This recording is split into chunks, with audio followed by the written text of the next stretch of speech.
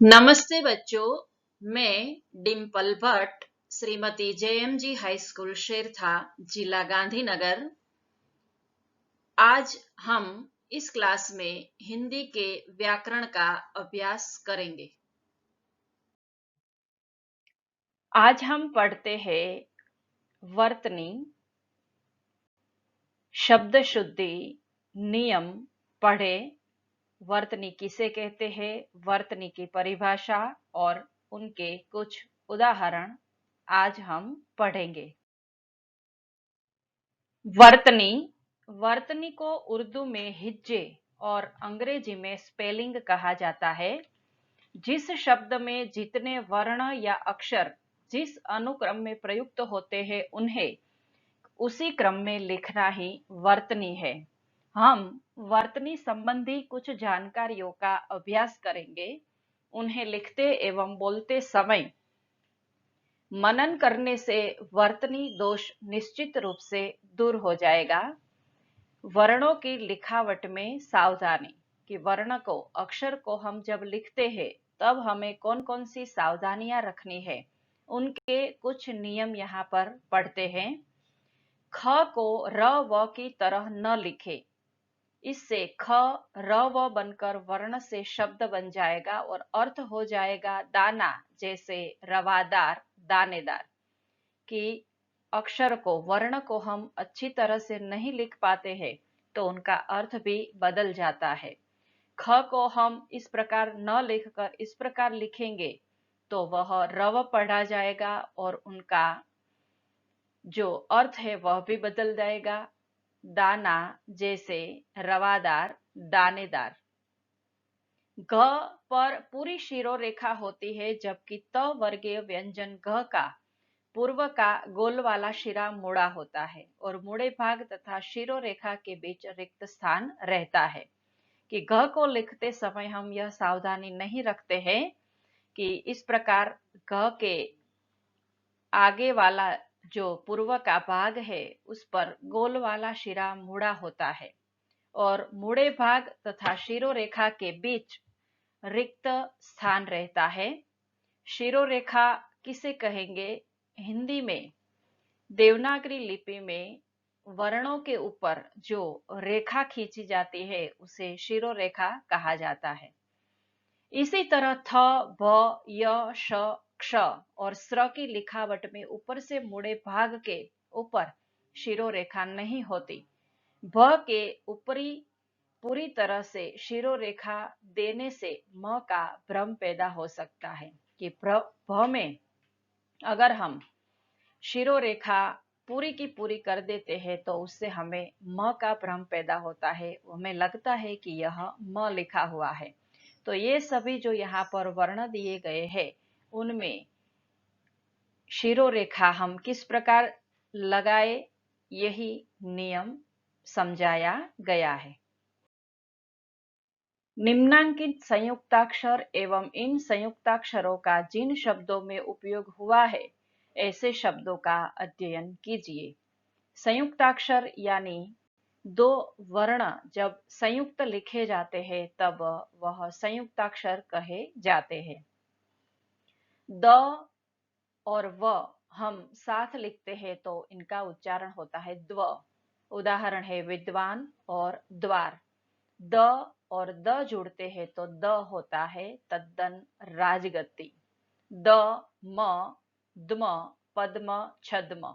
The य द्य पद्य विद्या। द ध ध युद्ध प्रसिद्ध। द ध दद उद्घाटन उपोद्घात। ह य है बाह्य सह्य। हु रु ह हृदय अपहत। श र स्र श्रवण श्रेष्ठ। ट र ट्र राष्ट्र ट्रक। संयुक्ताक्षरों का प्रयोग हुआ हो ऐसे शब्द अपनी किताब में लिखे। अनुस्वार और चंद्र बिंदु। पहले अनुस्वार किसे कहते हैं? अनुस्वार एक उच्चारण की मात्रा है जो अधिकांश भारतीय लिपियों में प्रयुक्त होती है। इससे अक्सर जैसी ध्वनि नाक के द्वारा निकाली जाती है, अतः इसे नासिक या अनुनासिक कहते हैं। इसको कभी कभी म अक्षरों द्वारा भी लिखते हैं, जैसे कंबल, इम्फाल इत्यादि। देवनागरी में इसे उदाहरण स्वरूप क पर लगाने से कम लिखा जाता है। और चंद्रबिंदी एक विशेषक चिन्ह है जो देवनागरी, गुजराती, बंगला, ओडिशा, तेलुगु तथा जावा की लिपि आदि में प्रयुक्त होता है। इसका आकार चंद्रमा जैसा होने से इसे चंद्रबिंदु कहा जाता है। यह अनुनासिक को व्यक्त करता है। उदाहरण चांद देवनागरी लिपि में लिखा जाता है। अब उदाहरण देखते हैं अनुस्वार और चंद्रबिंदी के। पूर्ण अनुस्वार और अर्ध अनुस्वार। अर्ध अनुस्वार चंद्रबिंदु कहा जाता है। ये पूर्ण है, उसमें अनुस्वार आएगा और अर्ध में चंद्रबिंदी आएगी। अंत आत, अगंध गांव, तंतु तात, दंभ दात, पंच पांच, हंस हंसी, ये अर्ध अनुस्वार के उदाहरण है और ये पूर्ण स्वरूप अनुस्वार के उदाहरण है। ऊपर दिए गए उदाहरणों में अंत, दंभ, पंच इत्यादि में जिस चिन्ह का प्रयोग किया है उसे अनुस्वार कहते हैं, और आत, दात, पांच इत्यादि में जिस चिन्ह का प्रयोग हुआ है उसे अर्ध अनुस्वार या चंद्रबिंदु कहते हैं। पूर्ण अनुस्वार अंग, य, ण, न और म इन अनुनासिक पंचम वर्णों की सहायता से भी लिखा जाता है। इनमें से प्रत्येक अपने वर्ग के अक्षरों के साथ संयुक्त वर्ण के रूप में प्रयुक्त होता है। अनुनासिक यानी जिसका उच्चारण नासिका से होता है उसे अनुनासिक वर्ण कहा जाता है। ये पांचवा वर्ण है वर्णमाला का। क वर्ग पहला जो शब्द होता है वह उसका वर्ग होता है। क वर्ग, च वर्ग, ट वर्ग, त वर्ग और प वर्ग। क वर्ग के साथ क्या आएगा? क, ख, ग, घ के साथ अंग आएगा। च, छ, ज, ज के साथ य आएगा। ट, ठ, ड, ढ, ण के साथ अण आएगा और त, थ, द, ध के साथ न आएगा। प, फ, ब, भ के साथ म आएगा। पूर्ण अनुस्वार दो तरह से लिखा जाता है और उसके लिखने की दोनों रीतें निम्नांकित। वर्ग के अंतिम अनुनासिक वर्ग के साथ शंकर, शंख, अंग, अंजन, चंचल, य, घंटा, डंडा, अण, चंदन, संत, न। अब अनुस्वार के चिन्ह के साथ शंकर, शंख, अंजल, चंचल, घंटा, डंडा, चंदन, संत, इसमें अनुनासिक का उपयोग हुआ है। वर्ण के पांचवें अक्षर का उपयोग हुआ है और यहाँ पर अनुस्वार का उपयोग हुआ है। उनके चिन्हों का ये अनुस्वार है। अर्ध अनुस्वार का उच्चारण पूरे अनुस्वार की अपेक्षा कोमल और हल्का होता है। इसे पूरे अनुस्वार की भांति अनुनासिक वर्ण के साथ नहीं लिखा जा सकता। उदाहरण के लिए अंत को हम अंत लिख सकते हैं, पर आंख को आंख नहीं लिख सकते। अतएव जहां अनुस्वार का उच्चारण कोमल हो और जिसे यंग, य, ण, न और म आदि अनुनासिक संयुक्त वर्णों से न लिखा जा सके, वहां अर्ध अनुस्वार समझना चाहिए और उसे चंद्रबिंदु के साथ लिखना चाहिए। शिरोरेखा के ऊपर लिखी जाने वाली मात्राओं के ऊपर सामान्यतया अनुस्वार तथा नीचे लिखी जाने वाली मात्राओं के ऊपर चंद्रबिंदी का प्रयोग होता है। जैसे उदाहरण देखते हैं शिरोरेखा के ऊपर और शिरोरेखा के नीचे। मैं, क्यों, है, उन्हें, उन्होंने, इन्हें, इन्होंने, किन्हें, किन्होंने, जिन्हें, जिन्होंने। और शिरोरेखा के नीचे कहाँ, आंगन, अंगना, जहां, गांधी, आंधी, आंख, जांघ, मांद, नांद, बांध और काख।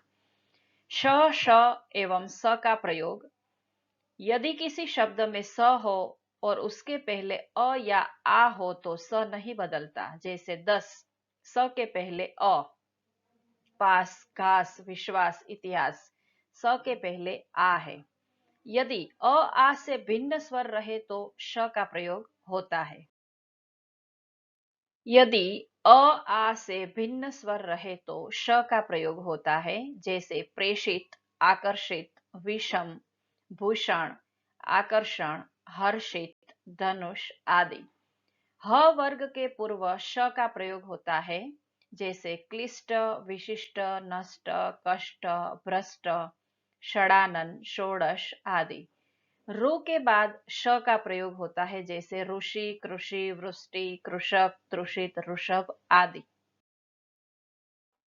आगे च वर्ग रहने पर श का प्रयोग होता है। जैसे निश्चित, निश्चय, निश्चल आदि। यदि श एवं श दोनों का साथ प्रयोग हो तो पहले श फिर श का प्रयोग होगा। यदि स भी रहे तो क्रमशः स, श और श होगा। जैसे विशेष, शेष, शोषण, शीर्षक, विश्लेषण, संश्लेषण आदि। क, ख, ग, ज और फ का प्रयोग कतल, कदम, कद्र, कलम, काबिल, खबर, खर्च, खानदान, खुदा, खुश, गरीब, गलत, गाफिल, गुस्सा, गैर, जमाना, जमीन, जहर, जिंदगी, नमाज, फकीर, फर्ज, फरमान, फरेब, फुर्सत। ऊपर दिए गए उदाहरणों को ध्यान से देखें। इसमें क, ख, ग, ज और फ के बगल में नुक्ता या बिंदी लगाई गई है।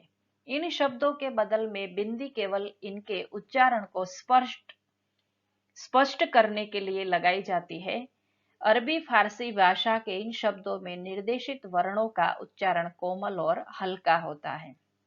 यानी कि जो शब्द अरबी फारसी भाषा से हिंदी में आए हुए हैं और जिनका उच्चारण कोमल और हल्का होता है, उनके नीचे या बगल में नुक्ता या बिंदी लगाई जाती है। अब ड और ढ के प्रयोग को देखते हैं। डमरू, डर, डाक, डाली, अकड़, बड़ाई, रणछोड़, जाड़। दूसरा है ढंग, गढ़, ढब, पढ़ाई, ढेरी, बाढ़, ढोल, सीढ़ी। ऊपर दिए गए नंबर 1 और नंबर 2 के शब्दों को आप ध्यान से पढ़िए। नुक्ता वाले इन ड और ढ के संबंध में यह बात याद रखने लायक है कि दोनों अक्षर कभी शब्द के शुरू में और अनुस्वार के बाद में नहीं आते हैं। कि जिसके नीचे ऐसी नुक्ता या बिंदी है वह क्या है, कभी शब्द के शुरू में और अनुस्वार के बाद आते नहीं है।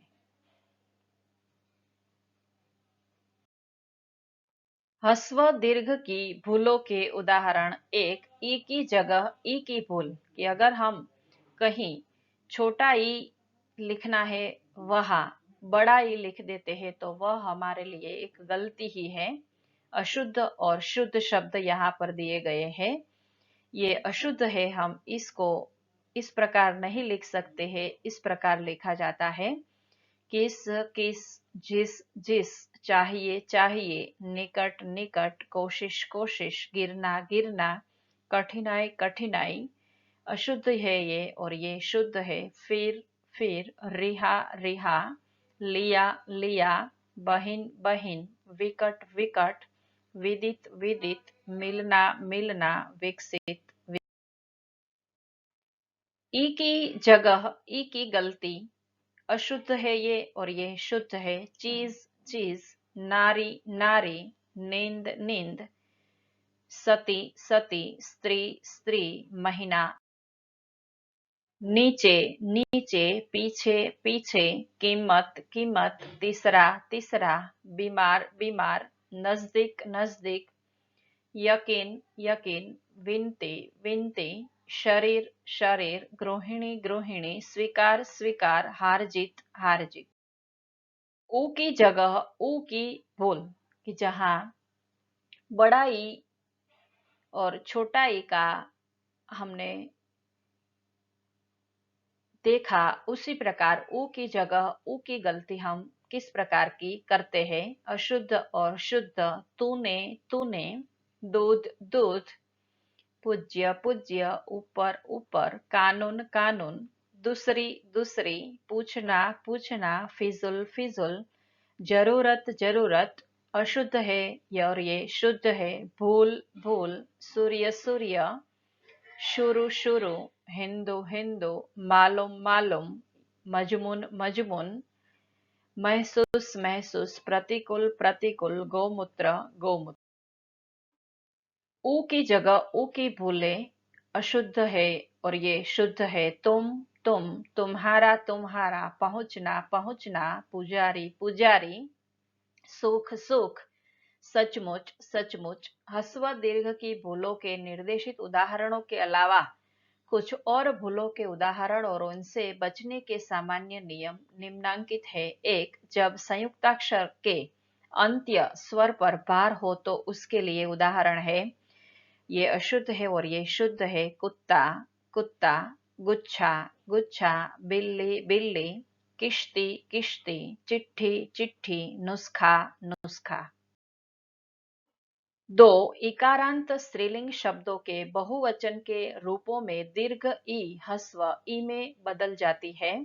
इकारांत स्त्रीलिंग किसे कहेंगे कि जिन शब्दों के पीछे ई आता हो उसे इकारांत शब्द कहते हैं। जैसे थाली, तो ई आया बाद में, तो ये इकारांत शब्द है। ये अशुद्ध है और ये शुद्ध है। थालिया थालिया, जिंदगिया जिंदगिया, टोपिया टोपिया, दासिया दासिया, पोथिया पोथिया, सदिया सदिया। 3, संस्कृत से आए हुए तत्सम शब्दों की अंत्य ती अधिकतर ह्रस्व होती है। जो संस्कृत से सीधे उतरकर हिंदी में आए हैं उसे तत्सम शब्द कहते हैं। उनके उदाहरण है, ये अशुद्ध है और ये शुद्ध है।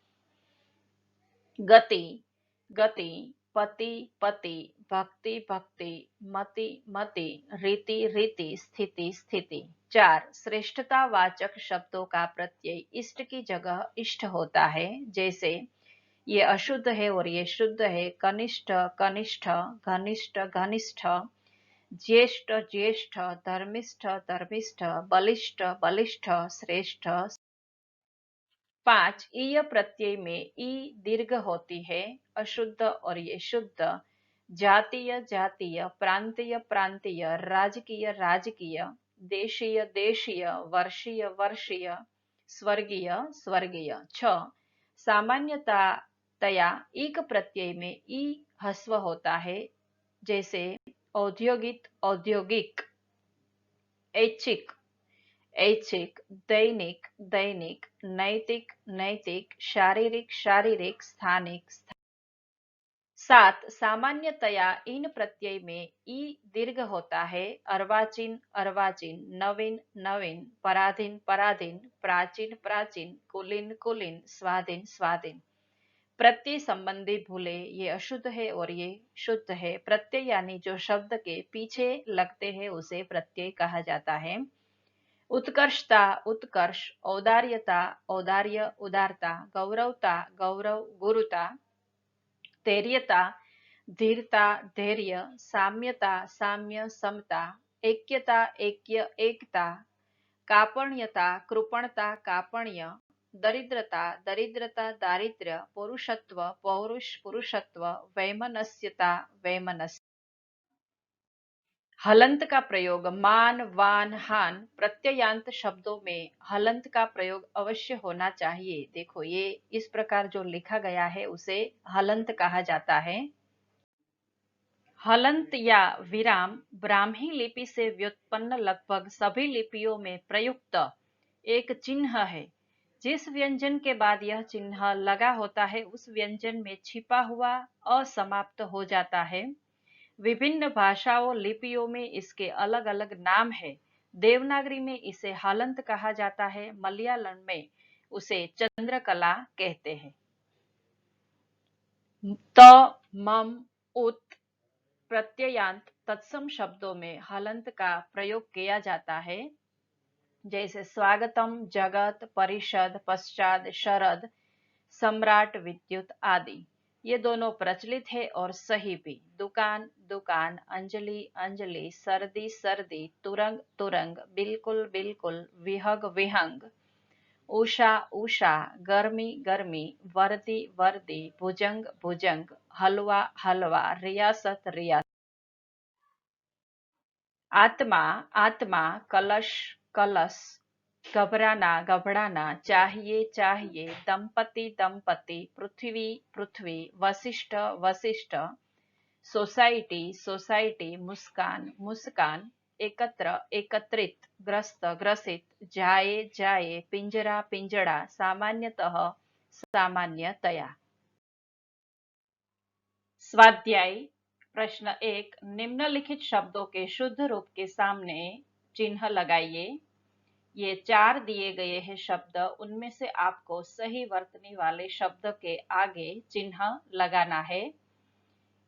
इसमें क सही शब्द है, ख में पूजनीय सही शब्द है, ग में अंतिम जो है सुशोभित वह सही शब्द है, घ में श्रृंगार सही शब्द है, ड में अंतिम जो है स्वास्थ्य सही शब्द है, और च में प्रथम जो है कवयित्री वह सही जवाब है। प्रश्न 2, निम्नलिखित शब्दों में अशुद्ध वर्तनी वाले 20 शब्द है, उन्हें छांट कर उनके सामने उनके शुद्ध रूप लिखिए। पहला शब्द है उल्लंघन, ये गलत है, आपको सही शब्द उनका लिखना है अपनी नोट में। दूसरा है शुरू, ये गलत है, गलत शब्दों के नीचे मैं अंडरलाइन करती हूं, आपको उसे सही ढूंढकर लिखना है। निर्दयी, अमावस्या, ये सभी गलत शब्द है। उसर, ऐच्छिक, सहस्त्र, ऐश्वर्य, डमरू, बढ़ई, ऐनक, हंसमुख, दीवार, बांसुरी,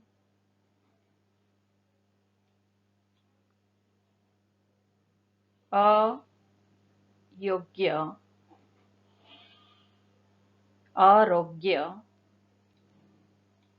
लड़ाई,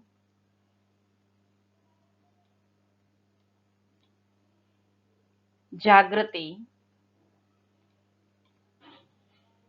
सन्मुख, ये गलत शब्द है, गलत वर्तनी वाले आपको शुद्ध वर्तनी अपनी बुक में लिखना है। प्रश्न 3, निम्नलिखित वाक्यों में दो दो शब्दों की वर्तनी अशुद्ध है। अशुद्ध शब्दों के स्थान पर शुद्ध वर्तनी का प्रयोग करते हुए वाक्यों को दोबारा लिखिए। 1, गुरु जी ने छात्रों को आशीर्वाद दिया। यहाँ पर गुरु जी ने साथ साथ है, उसे आपको अलग करना है, गुरु जी और बाद में ने लिखना है। प्रश्न 2, नेताजी ने ओजस्वी भाषण दिया। यहाँ ओजस्वी शब्द गलत है, ओजस्वी में 2 मात्राएं नहीं लेकिन एक ही मात्रा आएगी। 3, मैंने प्रातः काल घास पर औस पड़ी देखी। यहाँ मैंने में अनुस्वार आएगा, प्रातः काल में विसर्ग आएगा और औस में एक ही मात्रा आएगी। 4, नौकर तौलिया लेकर आया। तौलिया में एक मात्रा नहीं लेकिन 2 मात्रा आएगी और नौकर में भी 2 मात्राएं आएगी। 5, बूढ़ा सीढ़ियां नहीं चढ़ पाया। यहाँ बूढ़ा शब्द गलत है। बूढ़ा के स्थान पर आपको बूढ़ा लिखना है और सीढ़िया के स्थान पर आपको सीढ़िया लिखना है। 6. भारत ने औद्योगिक क्षेत्र में बहुत उन्नति की है। इस वाक्य में कुछ भी गलत नहीं है, वाक्य सही है। 7. दधीची ने धर्म की रक्षा के लिए अपनी हड्डियां दे दी। यहाँ दधीची गलत लिखा गया है, दधीची नहीं लेकिन दधीची शब्द आएगा। 8. व्यापार में घाटा होने के कारण वह टन-टन गोपाल हो गया। टन-टन गोपाल शब्द गलत है, उसके बदले आएगा ठन-ठन गोपाल। 9. हमें दूसरों के कार्य में हस्तक्षेप नहीं करना चाहिए। यहाँ हस्तक्षेप गलत शब्द है, हस्तक्षेप आएगा। 10. उसकी आलोचना सुनकर मुझे कष्ट हुआ। ये वाक्य सही है, इसमें गलती नहीं है। धन्यवाद।